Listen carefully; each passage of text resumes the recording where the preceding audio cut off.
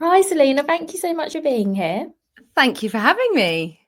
Oh, you're so welcome. Let's start by talking about you, your business, what you do, and what you sell. Yes, so I'll try and keep the answer short. I do a lot of different things. I am a career and life design coach, and I have been doing that work for almost 2 decades. So, helping people, particularly to change careers and create careers and lives that they love. And I have a membership over on Substack, which I am all about helping people to design lives they love 1 week at a time. And Christmas, end of the year, start of the year, I launch a journal called this year, Goodbye 2024, Hello 2025. This is the 8th edition of the journal. I've been doing the process for even longer. I think I figured out it must be about 15 years now. So this is like my side hustle. And this year I have been having a lot of fun and a lot of success selling it on Amazon. All thanks to you, Vicky. I absolutely would not have been able to do if it weren't for you. So yeah, that's what I do. And I also wrote a book called Burnt Out as well, a Oh, few that's years ago. amazing. Thank you. Oh, thank you for sharing all of that. There's so much we can talk about. So, where should we start? So, let's start by telling us a bit more about Project You. Let's start there. Yeah. Project U kind of grew out of, for about 8 years, I had a business called Project Love. We had a podcast that we ran for 8 years with my gorgeous business wife during that time, Vicky Pavitt. She also spells her name like you. She's the only other Vicky I know who spells it that way. And we experimented with all sorts of different things, memberships, courses.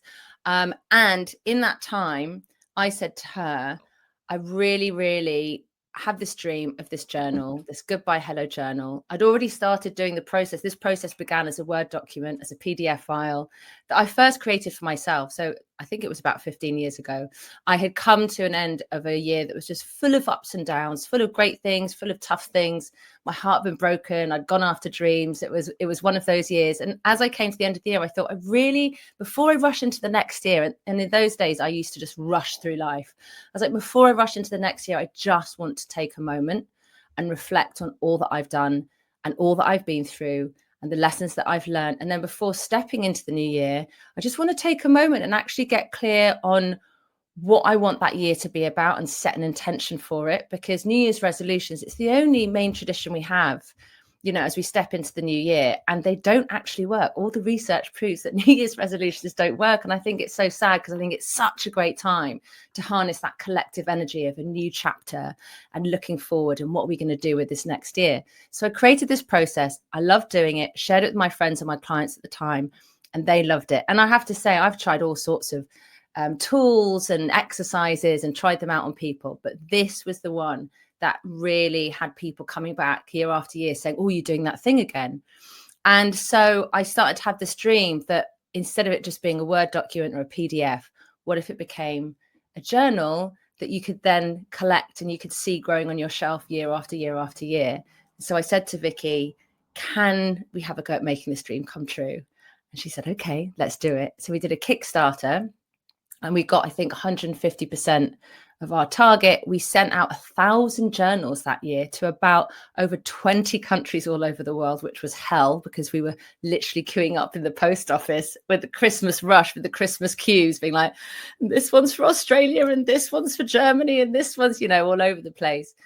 But then after that, we were like, right, let's do this year after year. And so at a certain point, Project Love came to an end, and I turned it into Project You, and to carry on. And I want to be doing these journals until the day I die, and hopefully someone will carry on doing them after that. I want to have a whole bookshelf, like into my 80s, and other people around the world of this journal. And it's just what's so beautiful for me is to see the tradition it has become for people over the years to do this at the end of the year, the start of the new year, particularly in that betwixtmas time, that time between Christmas and the new year is such a gorgeous kind of where the whole world seems to just go a bit slower and sort of pause and become reflective. So a lot of people do it in that time. And per your recommendation, I got my fans of the journal this year to put reviews up on Amazon when I sort of really put it up on there.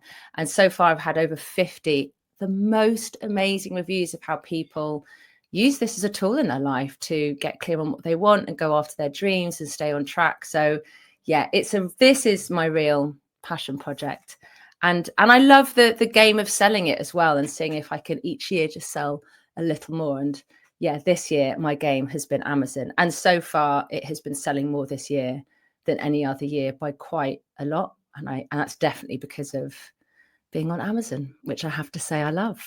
Amazing. Oh, and I've got so many follow-up questions I want to ask. But first of all, look, I've got mine here. Look, here's mine. Yay! Yay. And yeah, so I'm actually, when you said about the in-between time, that's when I'm planning to do mine, because I love that time. I know Yes, not everyone likes that in between Christmas and New Year. I really like it. I love it. It And feels this like year, extra actually, days. this year I'm going to do on the 28th, and I haven't announced exactly when, but I thought it is a time where a lot of people do the journal. So on the 28th of December, I'm going to really encourage people to use that day if they can. It's a Saturday, to really create a day for reflection and doing the journal. I'm going to do a 1-hour live workshop so people, like at 10 or 11 a.m. on the Saturday, turn up in your PJs, cup of coffee, whatever you want to drink, and let's get started in the journal so that people can, like, just crack into it. Sometimes people are afraid of that first, blank page and writing in it. So I was like, well, let's all start it off together for those that can make it. And there's a real community around the journal, which is really, really gorgeous as well. I'll stop That's talking so you can ask amazing. questions. No, it's good. It's much worse if you don't talk. Never come on a podcast and don't speak. That would be awful. No, thank you. And I was going to say, I will come on the 28th. And Yeah. actually, this episode is obviously we're recording it in November, but it is going out in December. There is still time for anyone who hears this and thinks, oh, I'd quite like to come along to that. We'll make sure we have the details for that, either in the show notes or the email, but they will be there. So anyone who's thinking, oh, I'd like to join in can come along. Because I think you're right. It's nice anything that feels part of a community is lovely. And it's really, I've got so many questions, but how have you lent into creating a community around the journals, do you think? Is there anything you've done, or has it happened naturally? So with Project Love, like I said, we had a podcast for about 8 years, and a really gorgeous community grew up around that. On there, also connecting on Instagram, and yeah, so we'd already grown this community. So when the journal came out, that community that we already had really, came and really helped us with that Kickstarter. It was amazing to sell 1,000 copies with that first Kickstarter. And so that community has just followed on. And even when Project Love, Vicky then went, on her separate path, doing her amazing love coaching. And I carried on, turned it into Project You. That community has sort of come along. And I think people can really tell when something is made with love and is made with passion and made from the heart. And I think people want to be, they want to be a part of that. And so I do as much as I can to share my journey with my newsletter and the ups and downs of this journey, which there have already been many just in this year alone. I think, and also what I do now is I really encourage people to sign up to the Goodbye Hello Club. So the one I'm doing on the 28th, that's going to be free. And then in January, I do a big online share. So everyone has usually finished their journal by the end of January, but I also think it's a great one to do in February. But at the end of January, I do a big online share. So people come online. Again, it's free to join. And we go through the whole journal, and people in the chat on Zoom share their answers to the different questions. And it's so uplifting and beautiful to hear human beings, most of which don't know one another, just sharing about their dreams, the lessons they learned, the challenges they went through, their happiest moments. There's something so beautiful to gather with a group of, say, about 60 people is what we normally get, and it could be more this year. Just really sharing from that place. I think it's something that we crave and we want more of. And so, yeah, it's not been difficult to create the community at all. That has been required no effort. Everything else has required more effort. That's amazing, because there's something else I wanted to ask about, and I've got lots of questions, I should warn you, is that because your product is fairly seasonal, because you explained obviously you're going to be selling most of them between now and the end of the year. Now, as Yeah. in when we're recording in November until the end of the year. And then I imagine that from January onwards, you don't get many, if any, You sales. know Maybe you what? get some. It's fascinating. So for a period of time, we self-published the first 2 or 3 years, and then we went with a publisher. And that was great because actually we got it in shops all over Europe, all over the US. I'm presuming Canada. I think they were in Australia. They turned up in shops in Australia, and that was, and of course in the UK. And we actually, when we were self-publishing, got it into Oliver Bonus. But then I wanted to take it back because they were trying to give us less and less money, basically. And I'd just been through a process of publishing a book with another publisher, and I do not like how the publishing industry treats authors. I didn't like how I felt treated. And so I decided, you know what, actually, it wasn't getting that much press. I didn't feel like they were really putting it out there in the way I wanted it to. And I was like, I'm going to take my baby back and I'm going to self-publish it. Now I've forgotten your question. Why did I start with that? I was going somewhere with this. I was asking if sales drop off in the new year. Oh, yes. So now over the past few years, because I'm now self-publishing again, I'm really able to see. And last year I sent them all out as well. So I could really tangibly feel how the sales go. And it's the same every year. Basically, when I launch it in October, fans of the journal, they'll buy it. They're excited. They want to get it. They want to be the first to have it. So you'll have an influx. Then it drops off. And then it's slow, really low level. This year it's been more, and I think because it's been on Amazon. So it's just that ease of buying, or new people are finding it. I don't know. But up until Black Friday, it's just trickling. It's just trickling. The moment Black Friday sales are done and we step into December, then boom, off it goes. It's like watching, a racehorse. It's like go, go, go. Suddenly it goes nuts. Hit the 2nd of January or the 3rd of January, and it's like, this is old news.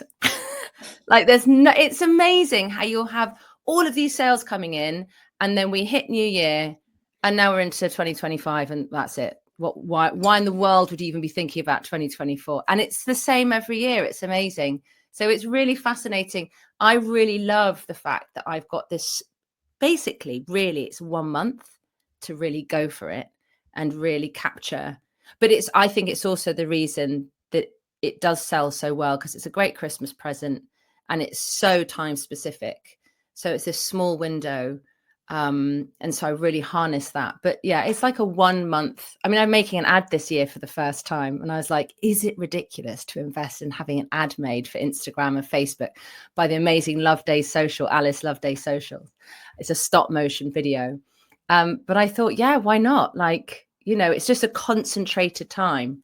And I really like that. I really like that challenge and that focus. That's really good. And it sounds like you've definitely made it work for you as well, because I know that you go all out trying to sell as many copies as you can, obviously. Yeah. And you were talking before about, try every year trying to sell more. So I think it sounds that, I guess that's doable if you're doing that for a month, 6 weeks. Whereas that level of intensity all year, I think you just burn yourself out. I'd burn myself out, but also, my main priority as well are my clients, my one-to-one coaching clients. So I'm still coaching my clients at the moment. So actually, it's not that I can do this full time. I always say this is a side hustle for me. And I do it on top of, in addition to my coaching and looking after my membership. And those really need to be my priority. So I never want those to suffer because I'm suddenly focused on the journal. And interesting, even though at the moment my game is to see, sell more and more journals, it could be, and I'm totally open, and I'll see how this year goes. But this year I'm playing a game to hit 2,000 sales. That's what I've printed. Last year I sold about 1,600, I think. And the year before that, maybe 1,200. So it is going up. But I could go, actually, do you know what? Next year, if I just print 1,000, I won't obviously make as much of a profit, per book. It's more expensive to just print 1,000. But it could be, if I just print 1,000 or even just 500, I'd need to do very little in the way of effort to sell it. And then maybe it works out better that way. So for me, the most important thing is sustainability. I want to make sure I really enjoy, I love my work, and I've loved my work for 20 years, apart from a few tricky years here and there, largely caused by things like the pandemic. But it's really important to me that I really enjoy what I do. So trying to hit more and more sales each year has to feel fun, and it has to feel sustainable. It has to feel enjoyable. And if it feels too stressful, or if it's too much effort, or I drop the ball on other things, then I would actually go, maybe I'll change it up, and to make this sustainable and long term, I'll sell fewer. But this is why this year I really wanted to experiment with Amazon and seeing how it goes, really, putting a lot of my journals there, as well as selling on my own website and the Tate Modern, the one shop I've got it into. Oh, that's amazing. Yeah. I didn't realise you were in the Tate this year. Yeah. And last year as well. And we got it into Oliver Bonus when we were self-published. Oliver Bonus, the Tate Modern, some of these bigger ones are actually really supportive of independent publishers and makers. So yeah, I'm going to go with my son and my husband on Friday and see it in the Tate Modern and celebrate. That's really cool. You shares. I'll be looking out for the picture of that. Yeah. Definitely do. And I think, thank you for sharing all of that. And also, I guess we would talk about sustainability, and this is a different type of sustainability, but equally, I guess you don't want to be in a situation where you're printing more and more books and one year you have surplus books, because as you said, if nobody wants them past January, what do you do? That's just waste, isn't it? And that must be really tricky, actually, working out how many to produce each year. It's so tricky because, and I did 1 year before last, I found a really great charity that works with women recovering from domestic abuse, and I donated a bunch of journals to them. And I thought, actually, that's, if I can find places to donate journals, if I have surplus, that would be ideal. But even then, you've got to get in there relatively quick. And yeah, in terms of even recycling, because I sent them out all last year, those maybe it was about 300 or 400 that I couldn't sell, I had to rip off, because I've got this lovely Spot UV, I don't know if you can see, shiny, glossy on the front and back, that can't be recycled. So I had to rip the cover off every single journal so I could put it into my recycling bin. And I've still got boxes that need to be ripped and then put, and then bit by bit recycled. So I do as much as I can in terms of environmental sustainability. My packaging and all the rest of that is, in fact, actually last year, every year I experiment, every year I learn lessons, every year something hilarious goes wrong. Last year, when I first sent them out, I got that paper tape that you wet, not sticky craft tape, but like you wet it with a sponge and then, wrap stuff in that. And because I didn't have the right boxes to send, I think 3 at the time, so I attached one to a box of 2 and wrapped with this, tape I'd sort of wet down. And people started writing back to me saying, I got one box with like these tape hanging off. The other box had just fallen off and gone wandering somewhere. And but it was all part of my, then I got a more robust craft tape. But it is really important to me, that of making sure that I am as environmentally friendly as I can be. So that thing of the surplus is really tricky. So yeah, again, it's a real game there. I decided, okay, I'm going to go for 2000. Let's try. And if I don't get anywhere near 2000, then next year I may well bring it down. But so far, at the time of recording this, and we're not even December yet, I've just hit 500, and I wanted to get to 500 sales before December, and I've got my little my candles saying 500, and I've got ones for 1000 and 1500 that I'm going to blow out on Instagram on a cake to celebrate hitting my milestones. That's amazing. Congratulations. And I should say it's the 26th of November, so you have done really well. Yeah. So yeah, very exciting.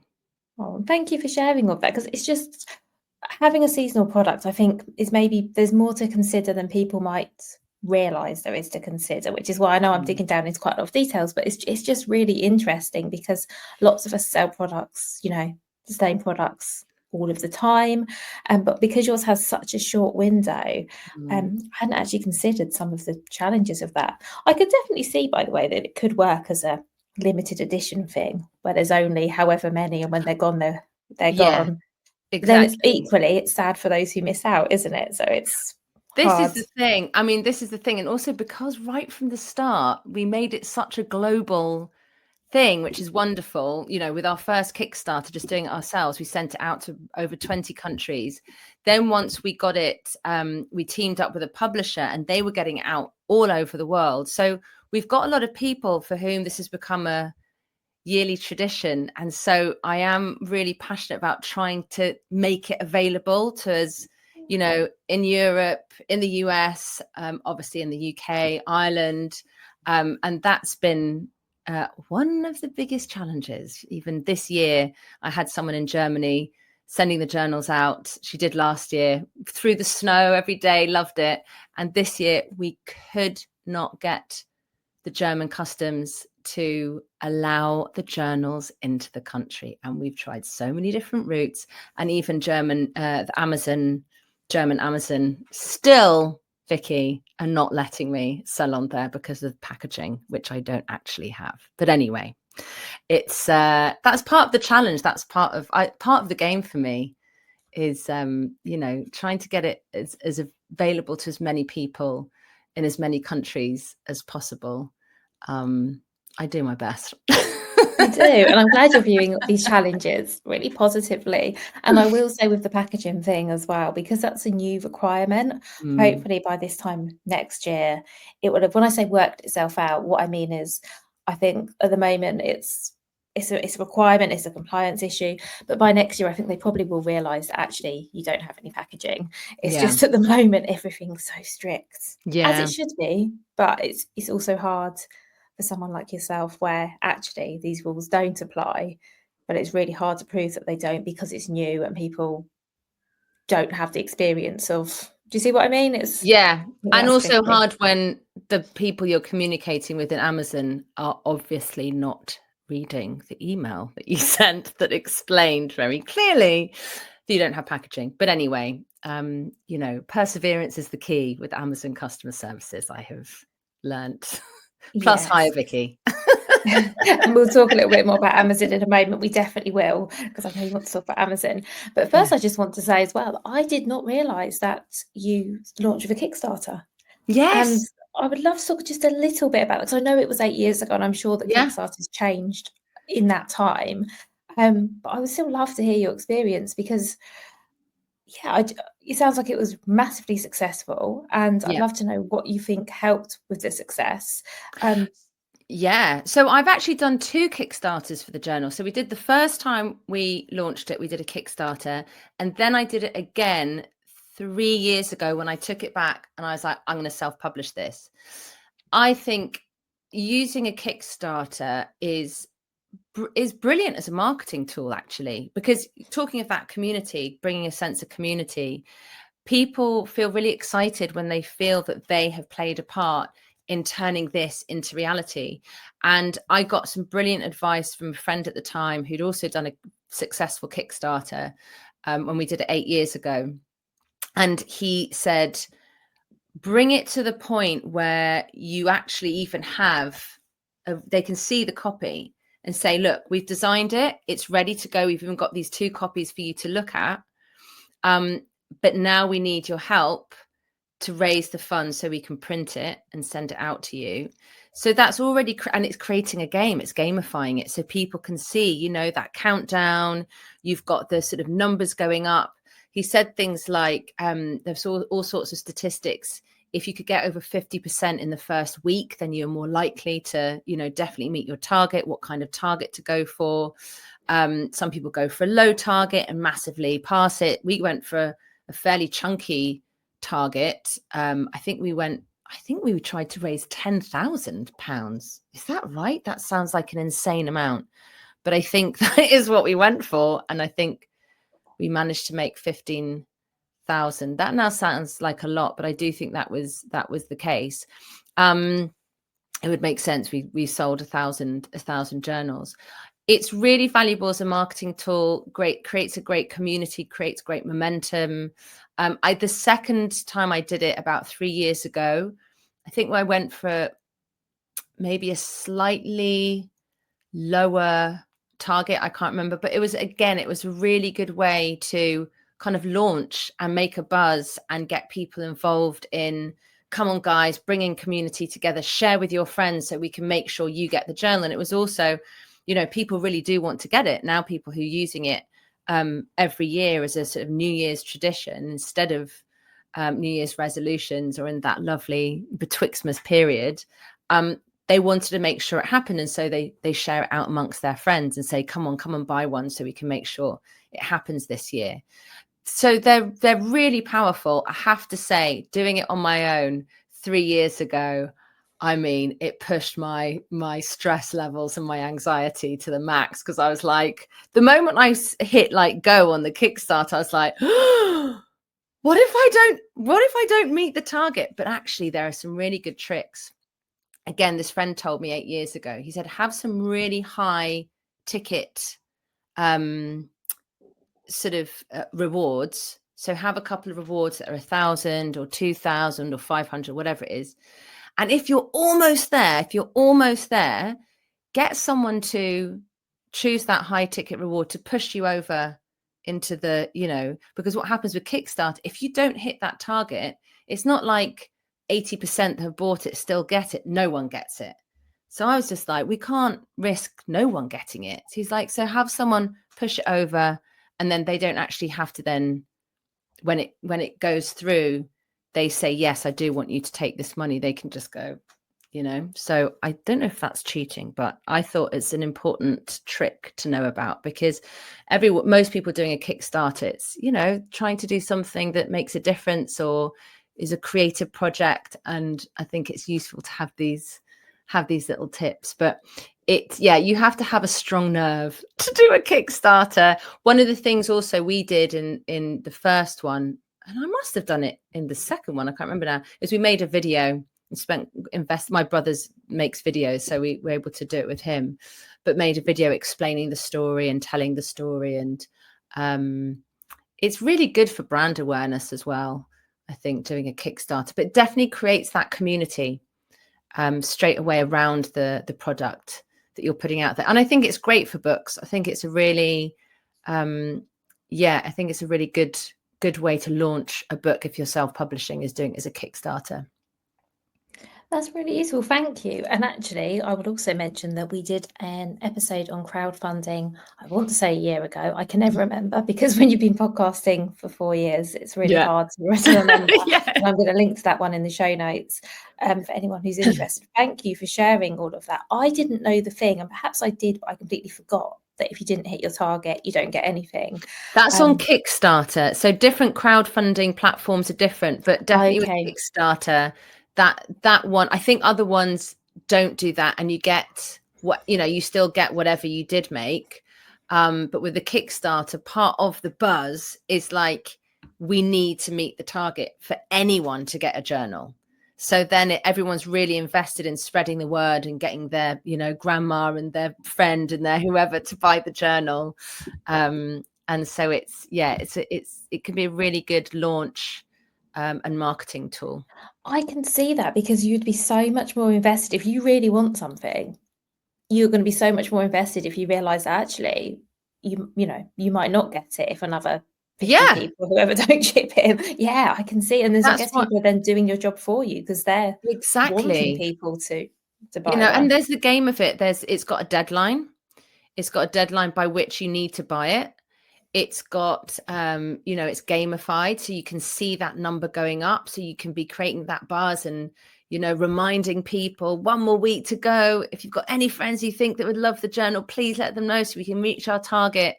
I think it's a really powerful tool and has a really positive feel to it. It's about communities supporting the products and helping those products they want to see in the world become a reality. So It's very Yeah, cool. thank you. And speaking of community, this is the last question before we move on to Amazon, is that I've obviously, this is my first year that I've got my journal, very Yeah. excited. And you mentioned you have a community and people get the journal every year. I'm Yeah. just curious, does the journal change from year to year? So yes and no. So the idea is most of the questions in there are going to be the same year after year, because there's something really powerful then to go and look and say, so this or last year, my happiest moments were this, but back in 2018, my happiest moments this, or this is the dream I had back in 2018. So one of the exercises in there is you write about your dream life 5 years from now. Well, those of us who've been doing the first journal since 2017, and prior to that, the PDFs, although I've lost all of mine, so I don't know where they are, which is why I needed to have something more solid like a journal. You can go back and you can see your answers and see how you've grown and see how your dreams have changed and evolved, and which of those dreams have come to life. However, I can't help but each year come, as I'm going through the journal, I'll be like, I feel like that bit could be done better, or I feel like it's missing a little something. So this year, for example, for this first time, I've added in, we now have quarterly check-ins in it. Then that kind of evolved probably 2 years into doing the physical journals, to add these quarterly check-ins to keep you on track, which is really lovely. And this year, I've put in for the first time, well, for those of you who are watching a video, well, no, you won't. Most of you are just listening, aren't you? But I've put in a yearly life design plan. So a calendar for the year on one page. So you can sketch out some of the bigger things you want to commit to doing this year, what you want to fill your life with this year. So I like to add sort of new things. And obviously the design is different each year. So people are always excited to see what color will it be this year. In fact, there's a group, I love this. There's a group in Colorado. Is it Colorado? Oh, I've forgotten. Is it Culver? I can't remember. Somewhere in America. And they every year they guess amongst them what the color of the journal is going to be in the year to come. So they all get together in this bookstore in the US, and this intergenerational group that gets together and does their quarterly check-ins. And yeah, one of them this year guessed it would be a purple color, and they were correct, but they all had different guesses of what color it would be. So yeah. Oh, that's really fun. And I think it's brilliant, the community you've built and all these people who are just waiting to come out. How lovely is that people are just waiting for you to have it so they can buy it? Yeah. I mean, it's in terms of, I mean, honestly, I feel like one day I'm going to discover, well, Paper Chase no longer really fully exists, do they? But some big brand Sainsbury's is going to do their own version of this or something, because I don't know. I think it's, but they wouldn't have the community around it. They wouldn't create No, the they community. wouldn't. I don't actually think that anyone could copy what or replicate what you're doing, because I think a lot of people are in it for you and the history and the community. So I think there's a lot to be said for that. So yes, someone else could come out with their own and there are other journals out there, aren't there? There are plenty. Yeah. Oh God, I there's think, loads of other journners. Yeah. but I think people are buying yours year on year because of the community and because of you. Thank you. That I think that's really reassures me that important to Sainsbury's know. can't come and do it. No, I don't think they can. And I think that's really important. I think it's important for everyone to hear, because whatever we sell, most of us, somebody could come along and do exactly the same thing, Yeah. couldn't they? Yeah. There's only so many original ideas, and unless you've got some kind of IP, and even if you have, there's nothing to stop someone trying to rip it off. But Yeah. it will be different. And actually, I guess that there are so many of everything now, aren't they? Yeah. But That's people true. all, and everyone, everyone has their customers. So I just think that's worth everyone remembering, because it can be so hard to think, oh, that person's selling something really similar to me, so maybe no one will buy mine. But I guess their customers won't be your customers, and vice versa. Exactly. And there are other similar things out there. And I can't remember what it's called. There's something Compass, which also has a beautiful community around it. And it's theirs is like a PDF version.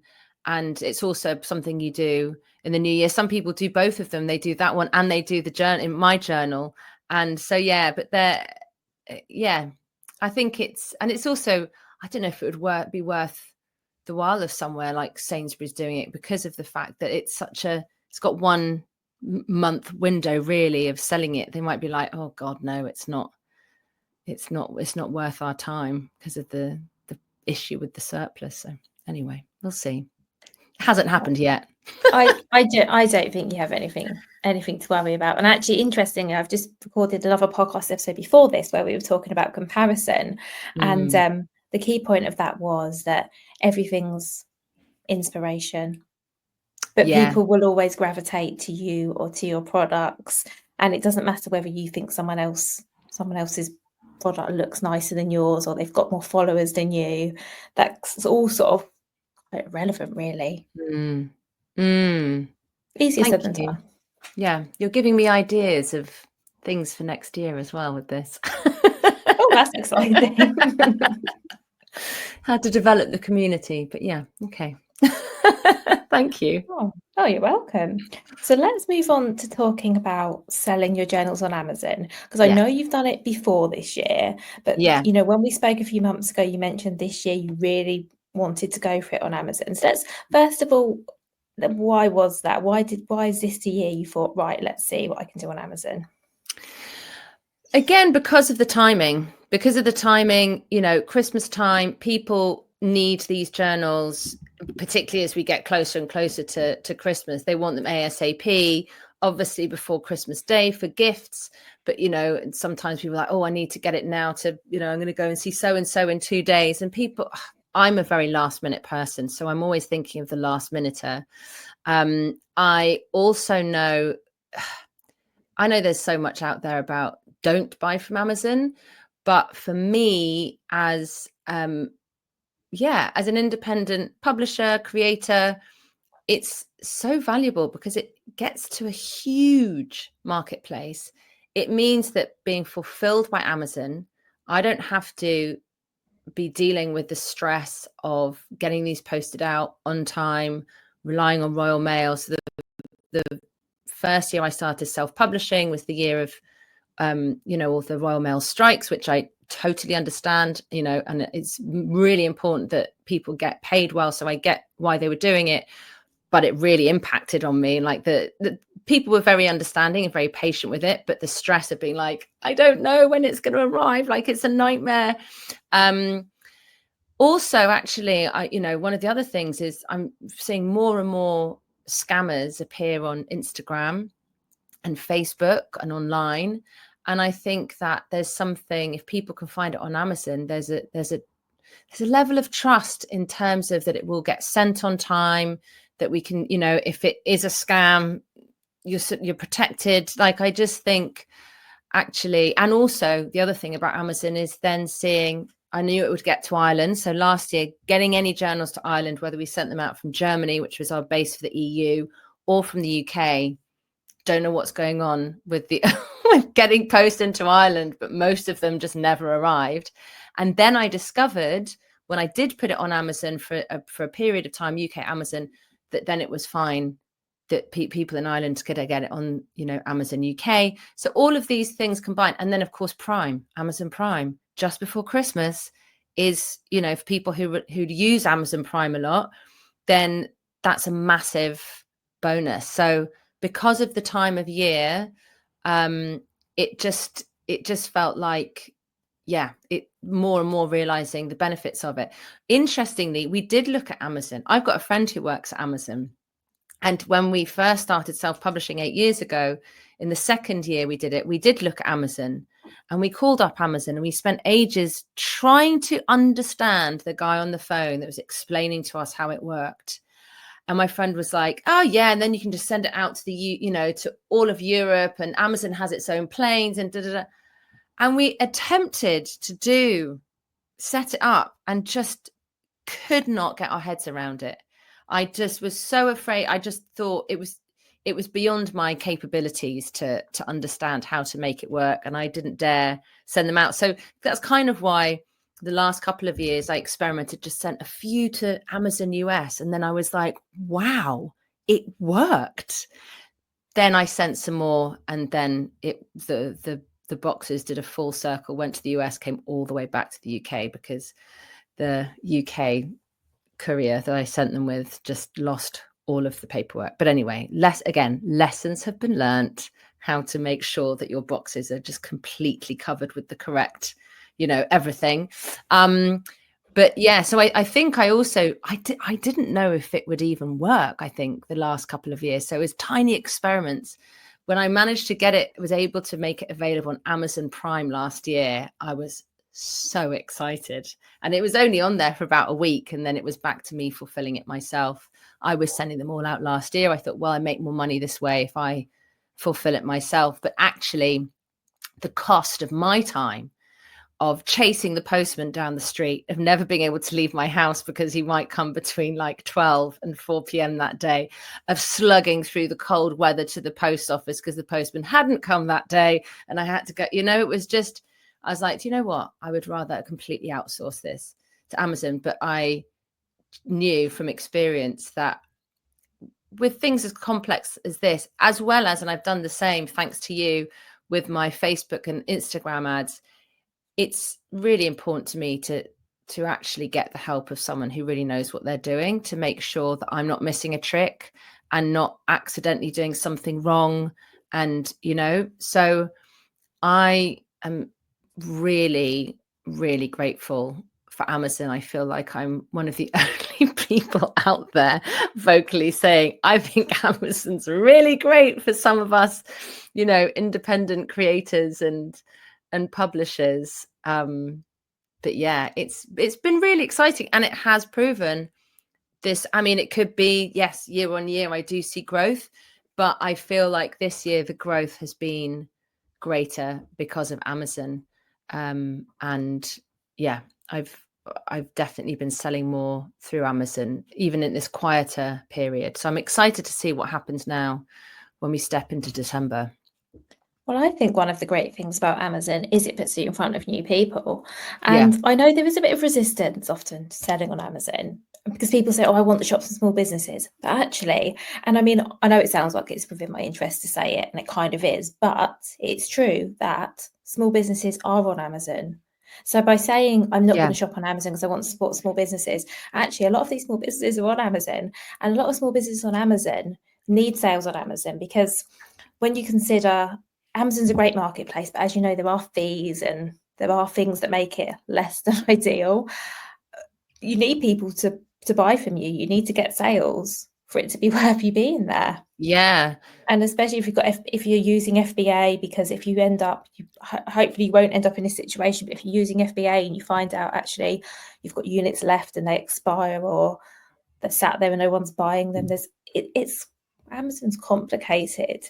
So I think small businesses that are on there need people to buy from them on there, as well as on their own websites and other places. Yeah, I mean, I saw someone the other day on Instagram. She's this amazing poet, wonderful, and she's, really using her platform to make a difference. And she made this big announcement. So excited. We've convinced, I don't know how many thousands of people never to buy a book again on Amazon. And I was like, oh no, what about this? What about the self-published?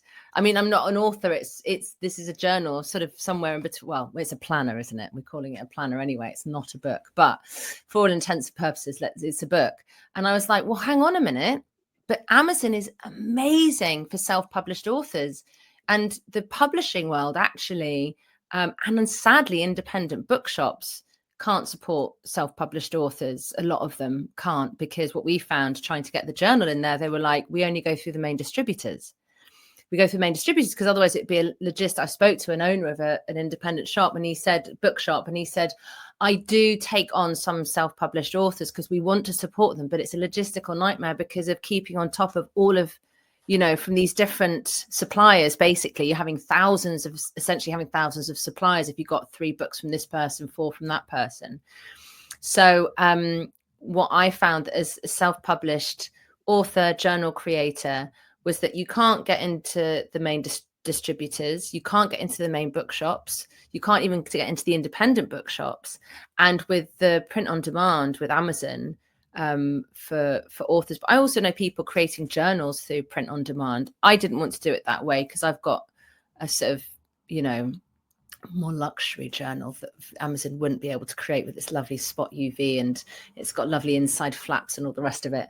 But you know, with print on demand with Amazon, people can publish their books on Amazon and not have to fork out loads of cash, and it's really making publishing your book accessible to people. So I get it when people are saying that, but I'm like, you kind of do need to understand how amazing Amazon can be for independent creators and makers. Like, this could make a huge difference to my business, because I can't now send all of my, and I don't have a huge amount, but customers in Europe. I was dependent on my friend in Germany. We could not for love nor money get the journals. We tried 3 different ways into Germany. And so with your help, Vicky, I've been setting up France, Spain, Italy, Sweden. Those are the ones that will connect. And so now I can get my FBA inventory in the UK sent out to those European countries. And again, so that's made it fun, you know, to reach out. I don't know how many people I'll get to that way, but I want it to be available. And yeah, it's just amazing. But yeah, I couldn't have done it without you guiding me through the steps. I feel like otherwise you have to go and do an Amazon degree before being able to sell on Amazon. And now I'm experimenting with ads, which is really exciting, which again, I needed you to show me, because otherwise I would have been in January and still not figuring out how to do all the steps to make it work. It is the least user-friendly marketplace that I found. It's amazing. I mean, Amazon and Meta, I think, are definitely, like, you know, on some mission to keep people on their toes and make it, you know, hard to get onto these places. But once you do, maybe there's something in that. Maybe it's like, it's a way of quality control or something. I don't know. I can't be deliberate. I think it's just made by people who have no interest in making it intuitive or easy. It's so strange though, because what I don't get, and something I talk about a lot with like my membership and like one-to-one clients, is obviously Amazon and business. They want to make money. That's what they're about. They could probably make a lot more money if they had a platform that was much easier to use and more people could access it. Because I know people who give up, who walk away, they go, do you know what? This is an absolute nightmare. I'm either not going to, they get so far down the process and they stop, or they sell on there for a while and they have so many headaches. They go, actually, just not worth my time. And I totally get that. What I don't understand is why, because it doesn't have to be that way. If you look at Etsy or Shopify, I know Shopify is different, but you look at all these other marketplaces or platforms, they're so much more user friendly. They're so much easier to get started on. I don't understand why it has to be so hard.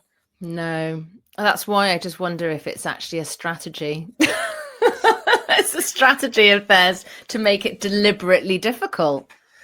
But although, you know what, I do though think that I think selling physical products isn't easy and straightforward. You know, there's always challenges to it because you're moving physical products around. There's lots of, you know, moving parts to that kind of business. And part of me enjoys the problem solving aspect of it. It's so different to my coaching, which is also, there's a lot of problem solving in that, but very different kind. And it's hilarious because I'm not a very logical or practical person, but I seem to enjoy this challenge once a year for a month. It's probably because it is only a month a year. Yeah, I know. Yeah, absolutely. I'm very much someone, I like projects. So I like the fact that it's, you know, for a short period of time, I dive in. But what's funny is, like, when I got back to my Shopify shop, for example, or even my Facebook ads, I had completely forgotten how any of it worked. And I was like, why didn't I make any notes? I'm having to start from scratch. But luckily I had lots of things set up. So I didn't have to relearn everything. But each year, yeah, learning a little bit more. But I'm really enjoying, and you know, I really do mean this, I'm enjoying selling on Amazon because I've, you know, had my sessions with you to show me step by step what to do, because otherwise I definitely would not be enjoying it. And also I don't know if it would be working actually. So thank you. Oh, thank you. That's really nice to hear, because obviously my whole goal is to make it easier for people to sell on Amazon, because despite all the challenges we've mentioned, people still want to, and it's still a good Yeah. opportunity. And I never want someone to miss out on sales because they can't use the platform, or because Amazon won't help them when they have a problem. I never want that to be the reason people aren't selling. Yeah. Well, even one of the brilliant things you said to me was, because it's a planner and not a book, but it was categorized as a book. And you just said, don't give up, write to them again and state very clearly, but this is a planner. It is not a book, and therefore it should be. And they responded to that one and went, for the first time ever, as a valued customer, we are going to change it to a planner. I mean, that's probably one of the only positive and useful emails I've got back from Amazon. But it was thanks to you knowing how to communicate with them and how to get, just how to navigate that as well, which, as you say, it shouldn't be that way. But while it is that way, I'm incredibly grateful, because we did try once with Amazon and we did walk away. In the early days, we gave up because it was it was like trying to learn a different language. And I was like, I do not have the head for this. So, yeah, but once you get set up, every day I've got my tracker. I have my spreadsheet. Every day I go in and I look at what the sales were for the day before, and I add it up and see if I'm, what the total number is. And it's it's a fun game. I like it. Good. And I think once it's working, it does work, because you mentioned earlier about books, and I am with you. Like, I love bookshops. I don't want bookshops to close. I love Yeah. going into a bookshop. However, I have a book, my book's self-published, and as you said, I cannot get my book, and I've given up now. Well, I was like, have I given up? It's certainly not a priority, put it that way, because I spent a long time trying to get my book into shops. I can't get it in any shops. However, I sell books on Amazon, and I do print on Exactly. demand. The quality's brilliant. People can find it, people can buy it, people can get it the next day. If I said, do you know what, I'm not going to buy books on Amazon, then I can't really sell my book on Amazon. And then I don't sell any books, because that is the only place people are buying my book. You could buy it on my website. Every sale I get comes from Amazon.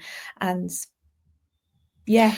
Do you know what? Actually, I also didn't sell on Amazon for a few years because of the kind of, let's keep away from Amazon, and I was just like, why am I going to stop myself from getting sales? Amazon's not going to notice. Amazon's not going, oh, have you seen Selina Barker isn't selling her journal on Amazon? Well, maybe we should change our ways. That's like, and it is important that people can get the book, get the journal in other ways, because I know there are some people who have, as a point, don't buy on Amazon. And I really respect that. And I totally get it.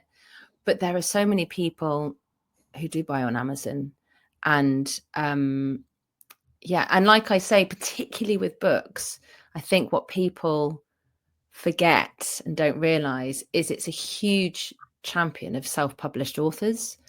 It's not a black and white thing with Amazon. It's a tricky one. I think it's hugely beneficial for small independent businesses once we get through a horrible system I think with your help. And I agree with you that it's complicated. And I know there are people who would never, ever want to sell their products on Amazon. And I get that and I respect that. And I completely understand that. However, you can't get away from the fact that if you want to, and you have to want to, if you don't want to, well, one, why would you be there? And two, it's hard, as we've spoken about. So if you don't want it, you're probably not going to like everything that's coming your way, because it's not easy to get set up. However, if you want it, I do think the opportunity's there. And I'm not saying it's for everyone, because I think I've said to you when we first spoke, Selina, my goal isn't for everyone to sell everything on Amazon. That's not it. But I think if you want to, because it has to be, at the end of the day, it's a business decision. If you think for your business it'll be beneficial for you to have your products on Amazon for whatever reason, I think great, it's a good idea. But if it doesn't work for you, or you'd rather put your efforts somewhere else, also good. Yeah, exactly. And I've tried different ways, and I've done it without Amazon. And I will be able to report back better, at the end of December on how it's gone. And this year I'm also experimenting, like I said, with an ad, that some, really lovely stop motion ad, and I'm going to put a bit of spend on Facebook and Instagram, so I'll be able to see there how sales do that way. But certainly so far, even with my shop available, people can now buy through the shop, and that gets sent by Royal Mail to UK, Australia and New Zealand as well. But it's still, people are choosing to buy it on Amazon because they're just all set up there, and it's just a swipe or a click, or it's Amazon Prime if people have Amazon Prime. And it's definitely already showing an increase in sales for me, and that's pretty exciting. That is, and I'll be looking forward to getting the update. Yes, exactly. I've got my little 500 candles here ready to blow out on a cake. I think by the time this goes out, I think we've got about 2 weeks. It'll be interesting to see where you are when it goes out. We'll have to do an update for everyone. Yes, exactly. Yes, if you watch me over on Instagram, on actually Selina the coach, I do have Project You on Instagram, where I talk about the journals, but my Selina the coach Instagram gets a lot more reach, because I think I've got, it's a face. People are, more engaged in a face than a book, I suppose. Of course. But yeah. And I'll put it on my stories as well. And thank you for mentioning your Instagram handles. And we'll also put a link in the show notes where people can buy your book. And we'll link to your website, and we'll link to Amazon as well. Yes. So that people have got the choice where they'd like to buy it from. Thank you. And thank you for everything you've shared, Selina. I have one final question before we finish, which is, what would your number one piece of advice be for other product creators?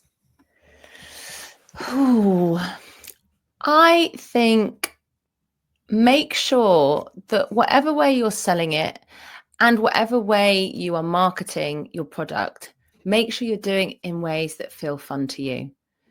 Fun is a massive value of mine. I need things to feel fun and playful. So you could replace that with, you want it to, really involve feeling connected to people, whatever one of your values are. But I think it's really important that you sell your product and market your product in a way that feels really good for you, that you really enjoy. So for me, that means I need to make it fun. I need to make it feel like a game. I need to get support when I need support. It's really I'm so grateful for your support, Vicky, and investing in time with you has been absolutely priceless. But yeah, I think it's really important for us. It is stressful and it is hard work, and to be selling a product. And so I think making sure you do it in ways that feel good, that feel fun, where you and get the support that you need. So it can be an enjoyable experience. Thank you so much. Yeah, thank you.